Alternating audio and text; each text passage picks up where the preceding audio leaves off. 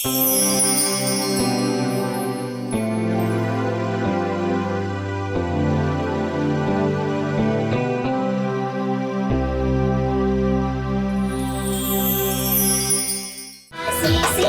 मैया के आशीष छठी मैया के।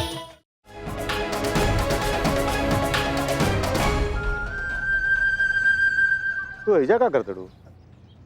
वो पंडित जी के बारे में सोच सोच के हम बहुत टेंशन में आ गए रहने। ये से हम सोचने कि हम एजा आ जाए। मने कि जे हम सोचे थे नहीं, फिर तू भी सोचे तड़ू? हाँ। तो पुलिस में शिकायत दे दल जा। पुलिस? हाँ, अब का बाकी हम तो अपना स्तर पे यत्न करते बनी। पुलिस में अगर शिकायत दे दे तो पुलिसों ने जांच करी। जरूरी बात ही पता चले कि पंडित जी पर हमला के केले बा। जे पंडित जी पर हमला कैलस ओकरा पकड़ल बहुत जरूरी बा। ऐसे ना होवे कि फिर से वो हमला कर देवे। और हम तो इंतजार करते थे कि पंडित जी जल्दी से जल्दी होश में आवे, ताकि हम उनसे पूछ सकें कि कहीं वो हमलावर का चेहरा देखने बने कि ना। यह बात सही है। शांति, एक बात समझ में नहीं आया, इतना नीमन बच्ची, इतना प्यारा लड़की, ओकरा कोई काहे मारल चाहता? मतलब सबके मदद करे खातिर आगे रहे ले ओकर के दुश्मन हो सकेला हो? हमरो यही लागत है।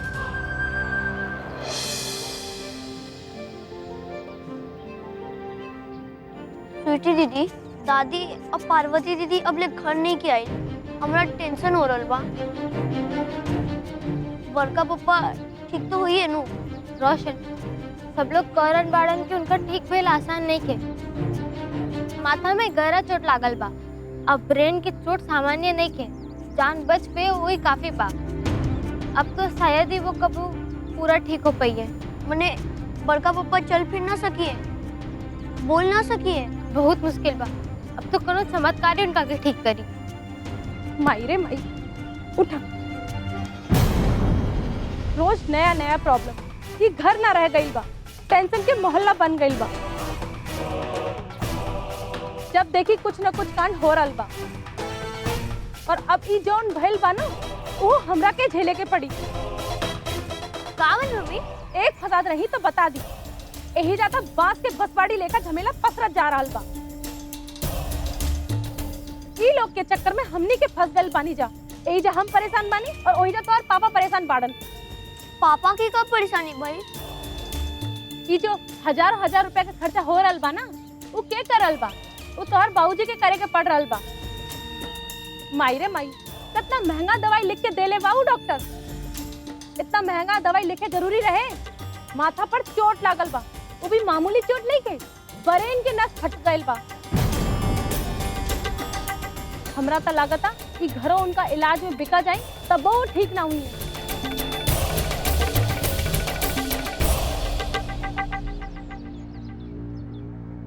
बड़का पप्पा आ गई नी?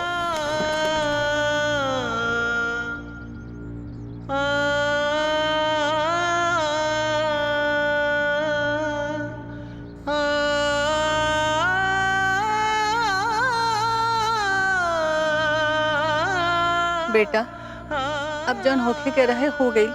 चिंता करे से दुख ना घटेला।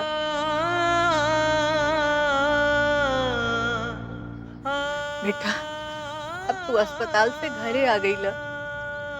हमार विश्वास बा कि बहुत जल्दी तू बोले बतियाए भी लगवा, चले फिरे भी लगवा।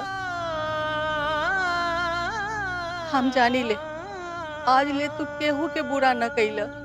जहाँ तक भइल सबके भला कैला। और एक बात जान ला, केहू देखे या न देखे, कोई जाने या न जाने, लेकिन विधाता सब देखेलन। वो किस्मत बनावेला।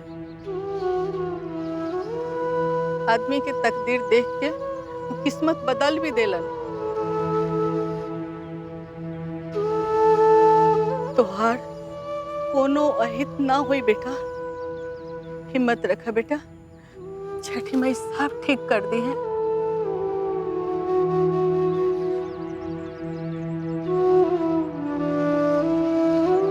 बाबूजी, दादी बिल्कुल ठीक है तारी। छठी मैया के आशीर्वाद से तो जल्दी ठीक हो जाए।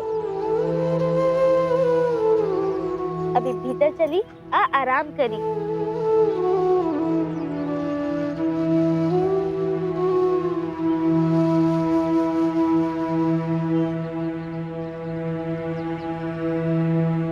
हम जाने लो छठी माई, रउआ हमनी के इम्तिहान ले रहल बानी। हमरा अंदेशा तो रहे कि कुछ न कुछ गड़बड़ होखे वाला बा, लेकिन खतरा में कालीकांत पड़ जाई है ये हम सोचले भी ना रहे। पार्वती के बचावे में जे धक्का मुक्की भइल और कालीकांत के माथा में चोट लग गई, ये तो हमके समझ में आई। लेकिन कालीकांत के मारे खातिर अस्पताल में जे आयल रहे, उसे हमार डर और वो बढ़ गई बा। कहीं बार बार कालीकांत और पार्वती के रास्ते में आ जाले, ये खातिर कहीं पहले कालीकांत के तो हटावे के ना सोच ले।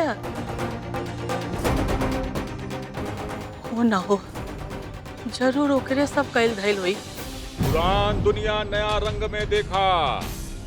आवा बच्चों। ये आवाज कहीं ओकरे तो आवाज नहीं के, ये हमरा भरम हो रहा बा। सच का बा, हमरा देखे के पड़ी। बाइस्कोप वाला आया है भैया, बाइस्कोप वाला। आवा बच्चों, देखा पुरान दुनिया नया रंग में। अरे ये तो वो नहीं खे, ये वो और बा। लगा था ये हमके दिखात काहे नहीं खे कुछ। बाइस्कोप वाला आया है भैया, बाइस्कोप वाला। आवा बच्चों, देखा पुरान दुनिया नया रंग में। बाइस्कोप वाला। दादी, दादी, कहाँ भेल दादी?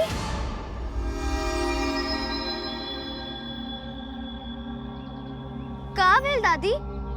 कुछ ना, चल भीतर चला। पार्वती, दादी रवा बाबूजी पास जाई, हम प्रिया और अरुण से बात करके आवत हैं। ठीक बा, लेकिन कहीं जाइए ना हमरा बिना बतौले। ठीक बा दादी।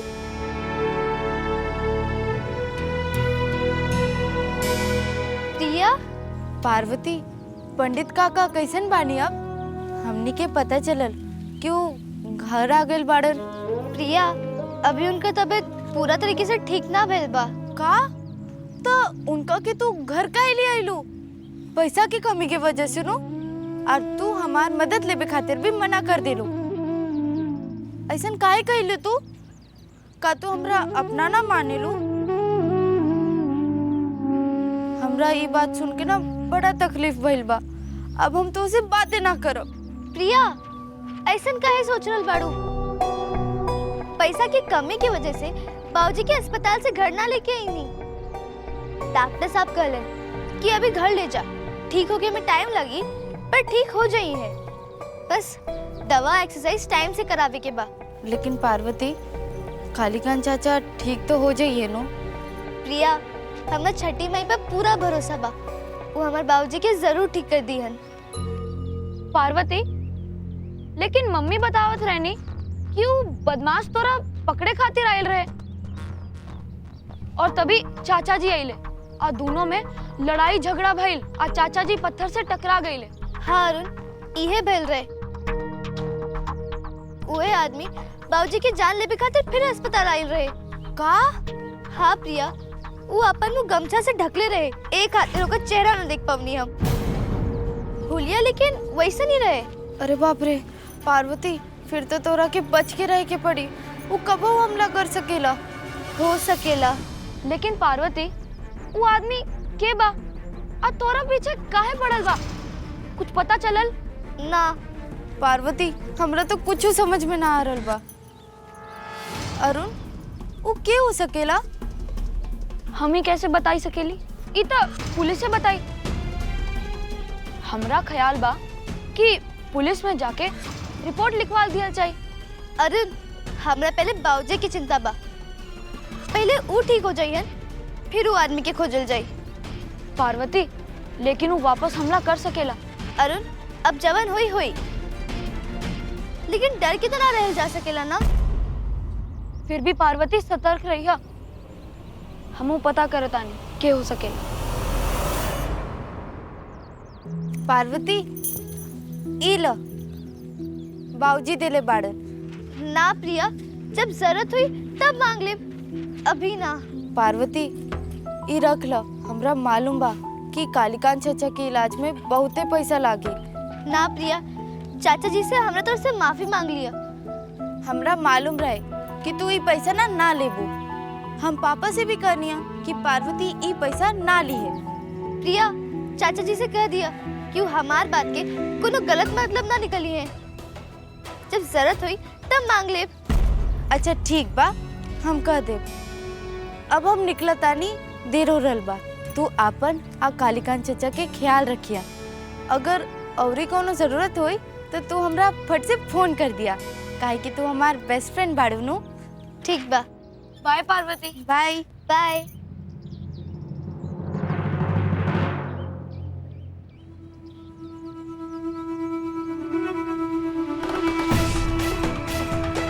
माई रे माई, तू का करत रहू है इजा?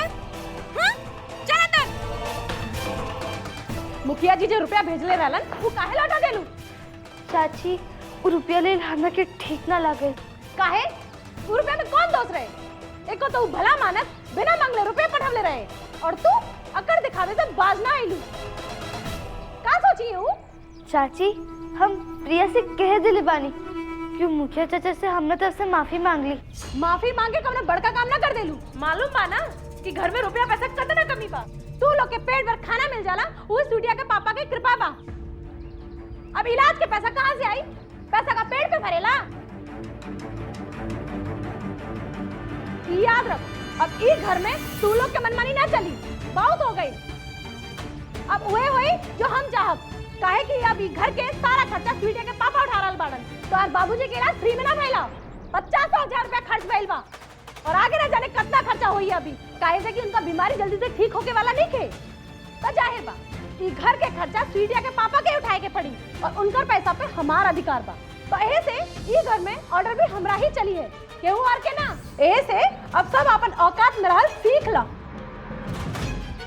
मम्मी, तू पार्वती दीदी के सब का सुना रहल बाड़ू? ए में पार्वती दीदी के का कसूर बा? रोशन, तू चुप रह, हमरा बीच में मत बोल। हम कुछ गलत ना बोल रहल बानी, जौन सच बा वो कहता नहीं। ठीक बा, तो तोहार ई बात ना हम पापा के बताई। माई रे माई, का बताई बेरे? हम कुछ गलत ना बोल रहल बानी। ठीक भी तो ना बोल रहल बाड़ू। हम ना बहुत दिन से देख रहल बानी, तू दीदी के कुछ न कुछ उल्टा सीधा सुनावत रहेलू। रोशन, तोहर बोले की तरीका ठीक नहीं खे। ई माई बाड़ी तोहरा इनका से ऐसन बात ना करे के चाहिए। गुस्से में कुछ उल्टा सीधा बोल देली तो का भेल? हमरा के तो बुरा ना लगल, तोरा की काहे लागता? माफी मांगा। ई का माफी मांगी? और यही सब चलत रही घर में, तो माफी तो हमके मांगे के पड़ी घर से।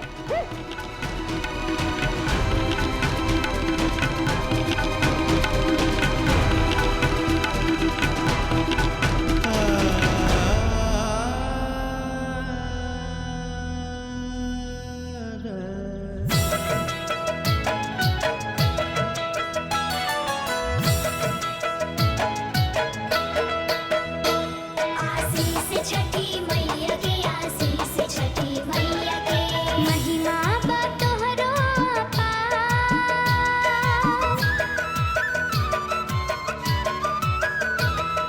महिमा बा तोहरो अपार, हे छठी मैया कर चोरी करी हम पुकार। हे छठी मैया कर चोरी करी हम पुकार। विनती करी बारंबार, हे छठी मैया कर चोरी करी हम पुकार। हे छठी मैया कर चोरी करी हम पुकार। आशीष छठी मैया के, आशीष छठी मैया के, आशीष छठी मैया के, आशीष छठी मैया के। माई रे माई, अब तो हर बड़का बाबूजी कबो ठीक ना हुई है, और वो जीवन भर वो व्हील चेयर पर बैठल हमार छाती पर मूंग दरी हैं। वो कहावत बानू, काम के नाकाज के दुश्मन अनाज के। मम्मी, तू ऐसन काहे बोल रहल बाड़ू? उहे बोल रहल बानी जौन सच बा। ई सच नहीं खे। बड़का पप्पा हमेशा व्हील चेयर पे ना रहिए, वो बहुत जल्दी ठीक हो जाइए। सटक। पार्वती के जैसन हमारे सामने बात मत कइल कर। हम डॉक्टर से सब पता कर ले बानी, वो कबो ठीक ना हुई है। ई सब वो पर्वती के चक्कर में भइल बा। का जरूरत रहे वो बदमाश से लड़े भिड़े के? मम्मी तू कुछो बोलत जात बाड़ू। रोशन तो चुप रहा। अभी तो उतना समझदार ना भइल बाड़े कि तू मम्मी के बात का सही या गलत कर सके। राइट, तू बिल्कुल राइट बोला तारे। हमने तो दोनों के भविष्य के बारे में सोचे के बा ना। अभी तू दोनों के पढ़ाई लिखाई बा, फिर स्वीटिया के ब्याह करे के पड़ी। आजकल शादी ब्याह में खर्चा कितना बढ़ गई बा। तोरा के कुछ मालूम बा कि खाली हर बात पे चबड़ चबड़ कर रहल बाड़े। मम्मी हम तो कुछ गलत ना बोल लिया। हाँ मालूम बा, तू बहुत होशियार बन गई बाड़े। स्वीटी, अभी तो तोहर पापा से फोन पर ये सब बात ना बतावनी हो, लेकिन जब दादी ई बारे में कुछ पूछी है तो बता दी है कि पापा से बात कर ले बाड़न। मम्मी तो हमने के झूठ बोले के काहे सिखा बतारू? झूठ बोलल गलत बात बा। ए, तू कान खोल के हमारी बात सुन ले। अगर हमारे खिलाफ पापा से कुछ बोलबे ना तो तू कुटा जाइबे हमरा से। बेटा पार्वती, लगाता मुखिया जी की आवाज आ रहा बा। हम देख के आवत आनी। और सुन, तू ये सब खा के रख दिया। ठीक बा।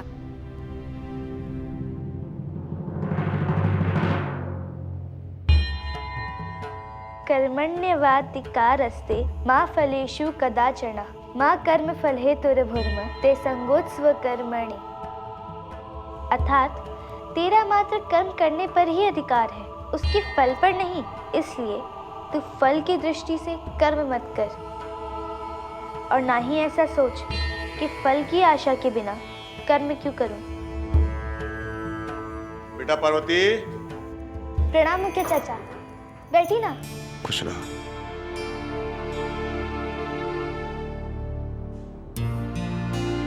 पंडित जी रहुआ बहुते नसीब वाला बनी जरा और घरे इतना गुणवान और प्यारी बिटिया जन्म ले ली है। जब भी मिले ली तो मन मोह ले ली। अभी देखी रहुआ गीता पढ़ के सुनाओ तड़ी। आज के युग जमाना में कहां बाल बच्चा लोग गीता और रामायण पढ़े लें जा। सब फिल्मी हीरो हीरोइन के चक्कर में पगलाइल बड़ा सा। आई रवा गीता पढ़ के सुनावा तड़ी। जियत रहा बेटा, खूब जियत रहा। पंडित जी रवा बिल्कुल चिंता मत करी, बहुत जल्दी ठीक हो जाए। बेटी के प्यार और सेवा तो पिता खातिर अमृत होखेला। देखा रवा अजर अमर हो गई नहीं। अब रवा कैसे महसूस करते हैं पंडित जी? रवा बस अब जल्दी से ठीक हो जाए। और एक बात, रवा पे जे हमला के लिए रहे ओकरा हमने ढूंढत नहीं जा। आज न तो कल ओकरा पकड़ा ही के बाद जाई कहां। लेकिन एक बात बताई रवा पे जे हमला के लिए रहे, अगर ओकरा देख ले तो पहचान ले।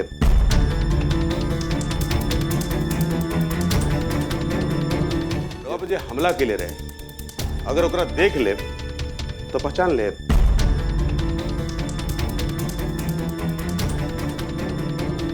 बहुत बढ़िया। एक दिन हम खोजब और एक दिन पुलिस खोजी। काहे कि हम जाते नहीं पुलिस में अभी शिकायत दर्ज करावे। देखत नहीं कहां तक भाग के जाई। बस राउर हाल चाल खातिर आयल रही। लेकिन जब यहां आई नहीं तो ये दृश्य देख के मन प्रसन्न हो गई। पार्वती बेटा, तोरा से को बात करेंगे बा। बोली ना चाचा, का बात बा?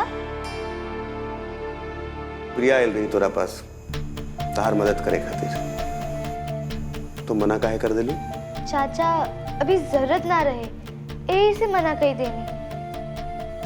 बेटा, जो रिश्ता होखेला ना ये ऊपर वाला बनावेला।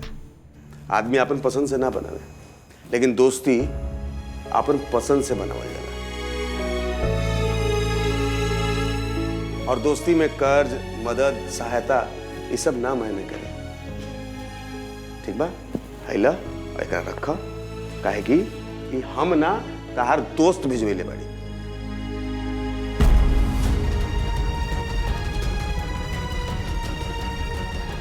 मुखिया चाचा अभी जरूरत ना हो, जब जरूरत हो तब ले ले। ठीक बा, पंडित जी के ख्याल रखिए।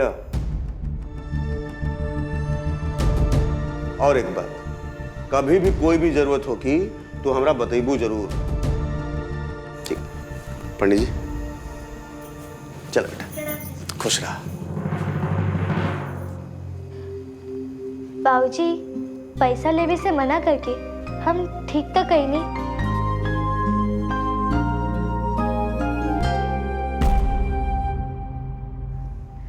बाबूजी अब काल पढ़ के सुनाई। अभी दवा के दवाई अब मालिश खातिर तेल लायक के बा। माई रे माई, हम जौन काम करे से मना कैले रही, फिर से पर्वतिया वही कैलस। हमरा तो बुझाते नहीं के कि कवन माटी के बनल बिया। और पर्वतिया अपने के जाने का समझातिया। अब का कैली हो मम्मी? मुखिया जी पैसा देत रहन, महारानी फिर लेवे से मना कर देली। हम रहती तो कबो ऐसा न करती। मतलब पैसा लेने में कवन परेशानी? और न तका तू समझदार बाड़ू, होशियार बाड़ू, रुपया पैसा के मोल जाने लू। लेकिन ये पर्वतिया हमरा तो समझे नहीं के आवत। चाची 2000 रुपया दी ना बाबूजी के दवा लाए के बा। माई रे माई, का चाहता रू? हमके कंगाल बना के छोड़बू? मुखिया जी दोबारा रुपया लेके आइलन और वो बिना मांगे देत रहन, लेकिन तू हाँ कि मना कर देलू। उनकर दियल पैसा लेवे में का शर्म आवत रहे? हमरा से मांगे में शर्म नहीं के आवत? चल भाग ही जैसे, हमरा लगे पैसा नहीं के।